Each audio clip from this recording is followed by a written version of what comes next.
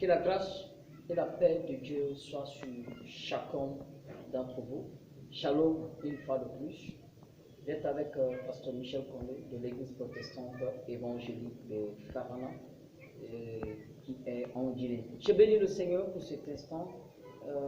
Je dis merci à Dieu pour ce qu'il est en train de faire pour toi et pour moi et pour nous tous.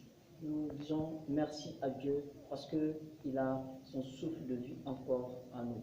Comme je le disais autrefois, aujourd'hui, nous avons juste un thème d'orientation, d'exhortation, je vais le dire ainsi, que nous allons ensemble partager.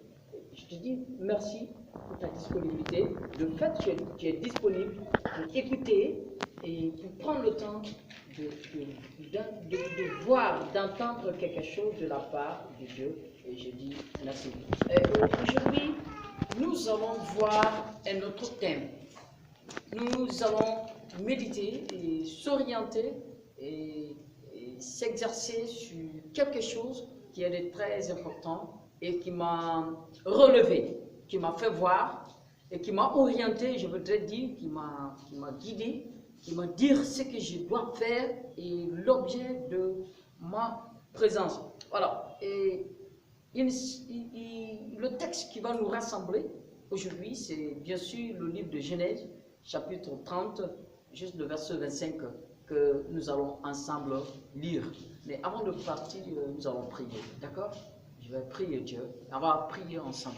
Je veux te dire, Seigneur, merci pour ta grâce, merci pour ton amour, merci pour mon frère, pour ma soeur, pour papa et maman qui est là maintenant pour t'écouter. Je te bénis afin que ton nom soit glorifié. Seigneur, remplis-nous de ton esprit, donne-nous de l'oreille pour bien entendre, écouter et un cœur prêt à recevoir. Et réveille ce champion qui dort en nous et donne-nous la force de pouvoir continuer. Merci au nom de Jésus. Amen. Je disais que le thème que nous allons ensemble partager entre nous n'est autre que il est temps. Oui, il est temps. Mais comment le savoir qu'il est temps? C'est ça le problème. Il est vraiment temps pour toi et pour moi. Il est temps. Hein? Franchement, il est temps. Nous allons voir. Dans le livre de Genèse chapitre 30, le verset 25, et il y a quelque chose qui s'était passé. Il est dit au verset 25, après que Rachel eut donné naissance à Joseph, Jacob dit à Laban, laisse-moi partir pour que j'aille chez moi dans mon pays. Voilà. C'est juste une petite phrase, un petit verset, mais très profond et puissant. Super, excellent. Je dis merci à Dieu. Parce que ce verset-là a fait réveiller ma conscience. M'a poussé à se dire, qu'est-ce qui ne va pas? Et pourquoi tu es assis encore? Lève-toi, il est temps. Je pense, chacun d'entre nous qui ont la Bible connaît cette petite histoire entre Jacob et Laban et son oncle. Jacob a quitté son père et sa mère pour venir chez son oncle. Et le jeune frère à sa maman, ou le grand frère à sa maman, pour épouser une femme. Donc il a eu des femmes, mais il ne s'est pas limité à avoir des femmes. Jacob a été béni.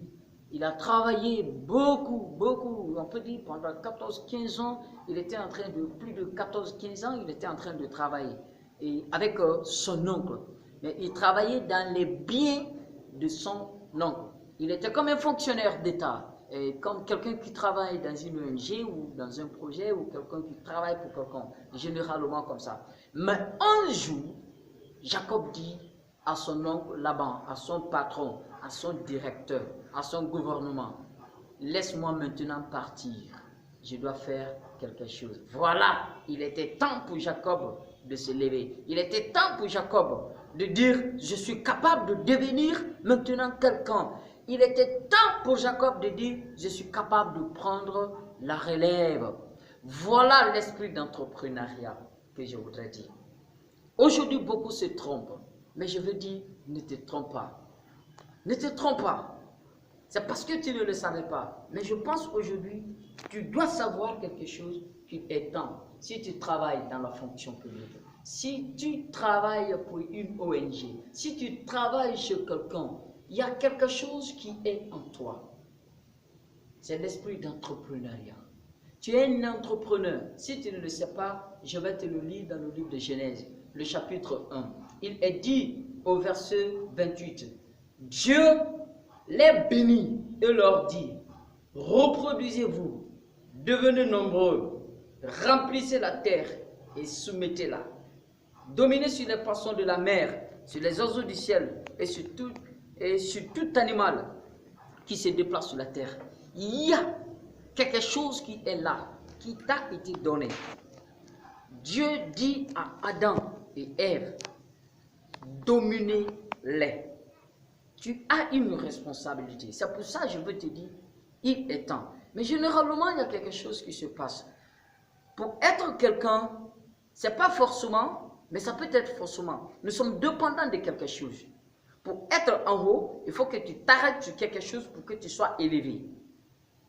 Pour grimper dans l'arbre, il va devoir que tu commences au bas de l'arbre, en bas de l'arbre, pour monter dans l'arbre. Je veux simplement te dire quoi? Que tu n'es pas le fruit ou tu n'es pas le sujet d'une domination. Non, tu es le sujet d'une supériorité. C'est ce que je veux simplement te dire. Dans le livre de Luc, le chapitre 19, vous connaissez cette petite histoire. Un jour, Jésus a pris un exemple. Il dit que quelqu'un était en train de partir, un grand directeur devrait partir pour un congé. Et pour une affaire personnelle. Et qu'est-ce qui se passe? Il remet à chacun de ses employés, d'autres 10, d'autres 5, chacun a sa part, dans le livre de Luc. Et qu'est-ce qui se passe? Au retour, chacun a donné un compte rendu. Le premier dit, tu m'as donné 10, j'ai trouvé 10. Le deuxième a dit, tu m'as donné 5, j'ai trouvé 5. L'autre a dit, tu m'as donné tel, j'ai trouvé tel. Il y a un qui a dit, et comme tu es petit patata, et qu'on sort comme ça, et moi j'ai caché pour moi. Le Dieu a dit, il dit, ceci. Quelque chose qui est très intéressant. Je pense, nous allons le lire. Le verset 26, il dit, nous allons lire le verset 25. Il lui dit, Seigneur, il a déjà 10 pièces d'or. Je vous le dis, répondit, on donnera à toute personne qui a, mais à celui qui n'a pas, on l'enlèvera même ce qu'il a. Il est temps pour toi. Tu as quelque chose. Et réfléchis simplement, et réveille ta conscience. Tu as quelque chose. Tu es un fonctionnaire d'État. Ce n'est pas pour t'éterniser. Jacob était un fonctionnaire. Il travaillait bien sûr chez Laban, mais il a fini par comprendre qu'il lui de prendre ses ailes. C'est fini, il devrait partir. Je dis souvent ceci, si tu travailles dans le gouvernement, planifie-toi déjà. Fixe-toi un objectif. Le salaire qu'on te donne, tu peux faire quelque chose à partir de là, dans le but de pouvoir dire au gouvernement, il est temps que je m'occupe, que moi-même je prépare ma retraite. Beaucoup de personnes se battent pour être dans le gouvernement, c'est pour la pension. Les pensions, si je ne me trompe pas, hein? Bon, si je me trompe, je ne sais pas, mais je veux simplement te dire qu'il est temps. Ne te focalise pas trop. Tu es capable de préparer ta retraite, même la retraite de tes enfants et de tes petits-enfants. Si tu es conscient, la Bible veut te dire que tu es un entrepreneur. Lève-toi, lève-toi. Lève-toi, ouvre les yeux, vois les choses. Si tu es dans un projet, tu emploies quelque part, tu es comme Jacob, où tu es capable maintenant de dire, il est temps, je dois maintenant m'envoler de moi-même. C'est la raison pour laquelle le Seigneur t'a créé, c'est pour ça que tu vis. Si tu n'étais pas entrepreneur, tu ne serais pas là aujourd'hui. Tu dois en être capable de créer quelque chose, de dire maintenant, il est temps, je dois arrêter. Ne pense pas que... Je vois beaucoup de personnes qui font beaucoup de sacrifices, beaucoup de relations, ils tissent par là, pour se cramponner dans l'endroit où ils sont. Ils ne veulent plus quitter. D'autres vont même à tuer certaines choses pour qu'ils soient là-bas. Ils ne veulent pas quitter. Jacob n'a pas fait ça. Jacob a dit, il est temps. Je vais te dire encore, il est temps.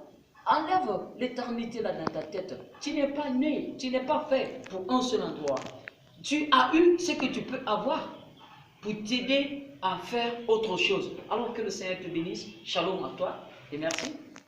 Il est temps et tu es un entrepreneur. Merci, sois béni et à la prochaine.